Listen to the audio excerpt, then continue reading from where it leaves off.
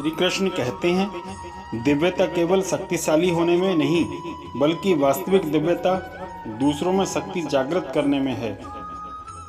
मन की गतिविधियों, होश, श्वास और भावनाओं के माध्यम से भगवान की शक्ति सदा तुम्हारे साथ है। जीवन में वाणी को संयम में रखना अनिवार्य है, क्योंकि वाणी से दिए हुए घाव कभी नहीं भरे जा सकते। जब हम स्वयं जीवन के शिल्पकार हैं, तो चलो हम अपनी मुश्किलों को हराते हैं, जीवन में कुछ मुस्कुराते हैं। एक बार माफ़ करके अच्छे बन जाओ, पर दोबारा उसी इंसान पर भरोसा करके बेवकूफ़ न बनो।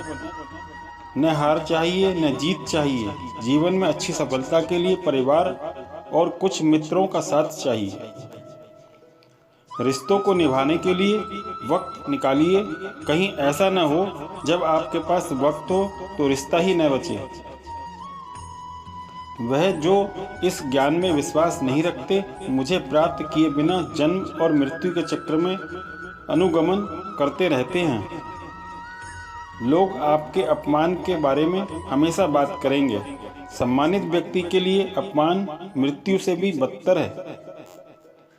जो दूसरों की तकलीफों को समझते हैं, उनमें दया है, दिल से अच्छे हैं, उन्हें दोबारा जन्म लेना नहीं पड़ता। जीवन में आधे दुख इस वजह से आते हैं क्योंकि हमने उनसे आशाएं रखी हैं जिनसे हमें नहीं रखनी चाहिए थी। जीवन में समय चाहे जैसा भी हो, परिवार के साथ रहो। सुख हो तो बढ़ जाता है और दुख हो तो बट जाता है। इच्छा पूरी नहीं होती तो क्रोध बढ़ता है, और इच्छा पूरी होती है तो लोभ बढ़ता है। इसलिए जीवन की हर स्थिति में धैर्य बनाए रखना। अगर तुम अपना कल्याण चाहते हो तो सभी उपदेशों, सभी धर्मों को छोड़कर मेरी शरण में आ जाओ। मैं तुम्हें मुक्ति प्रदान करूंगा। संदेह की स्याही से संबंध के पृष्ठ पर कभी शुभ अंकित नहीं होता। इसलिए अपने मन के विचार और संबंधों का आधार दोनों ही शुभ रखें। मोहग्रस्त होकर अपने कर्तव्य पथ से हट जाना मूर्खता है, क्योंकि इससे न तो तुम्हें स्वर्ग की प्राप्ति होगी और न ही तुम्हारी कीर्ति बढ़ेगी। इस भौतिक संसार का यह नियम है, जो वस्तु उत्पन्न होती है कुछ काल तक रहती है, अंत में लुप्त हो जाती है, चाहे वह शरीर हो या फल हो। से मत डरो जो वास्तविक नहीं है, न कभी था न कभी होगा।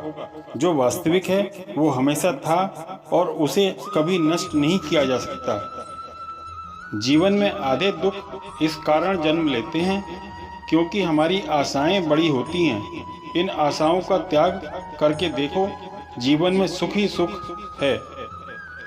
अपने परम भक्तों जो हमेशा मेरा स्मरण या एक चित्त मन से मेरा पूजन करते हैं, मैं व्यक्तिगत रूप से उनके कल्याण का उत्तरदायित्व लेता हूँ। विधाता होकर भी विधि के विधान को नहीं टाल सका। मेरी चाह राधा थी और चाहती तो मुझको मीरा थी, पर मैं तो रुक्मणी का हो गया। कर्म का फल व्यक्ति को उसी तरह ढूंढ लेता है जैसे कोई बछड़ा सैकड़ों गायों के बीच अपनी माँ को ढूंढ लेता है। प्रेम में कोई वियोग नहीं होता।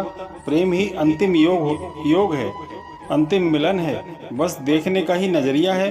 कुछ के लिए श्याम काला है तो कुछ के लिए सांवरिया, जो अधूरी होकर भी पूरी है।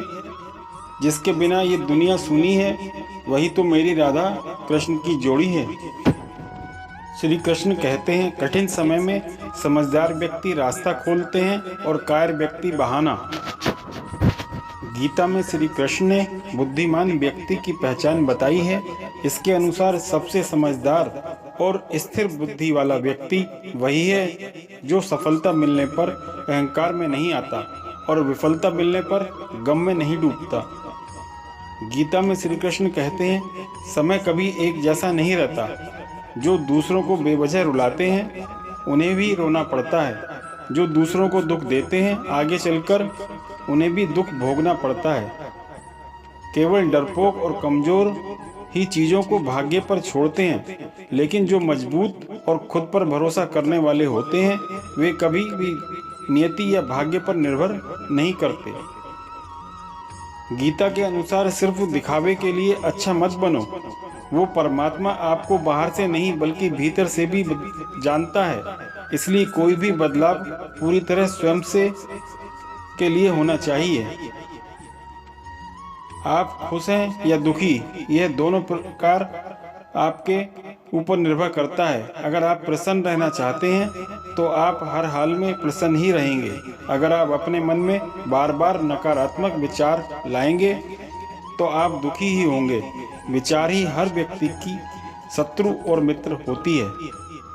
श्री कृष्ण कहते हैं, किसी के साथ चलने से न तो कोई सुखी मिलता है और न ही लक्ष्य। इसलिए मनुष्य को सदैव अपने कर्मों पर विश्वास करते हुए अकेले चलते रहना चाहिए। गीता में श्री कृष्ण ने कर्मयोग, भक्ति योग और ज्ञान योग को ही कल्याण का प्रमुख साधन बताया है। कर्म के प्रवाह में संबंध टूट जाता है और जीवन का लक्ष्य है, और यह लक्ष्य उपयुक्त तीनों मार्गों से प्राप्त हो सकता है। इतिहास कहता है कल सुख था, विज्ञान कहता है कि कल सुख होगा, परंतु धर्म कहता है कि यदि मन सच्चा या दिल बेहतर हो तो हर दिन प्रतिदिन सुख होगा। जीवन ना तो आने वाला कल में है या ना ही अतीत में है। जीवन तो सिर्फ इस क्षण में है, अर्थात इस क्षण का अनुभव ही जिंदगी है। आज जो कुछ आपका है पहले कोई या किसी और का था, भविष्य में किसी और का हो जाएगा। परिवर्तन ही दुनिया का नियम है।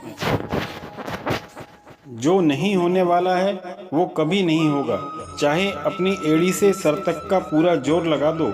आप अपने मुकद्दर के खिलाफ कभी नहीं जा सकते।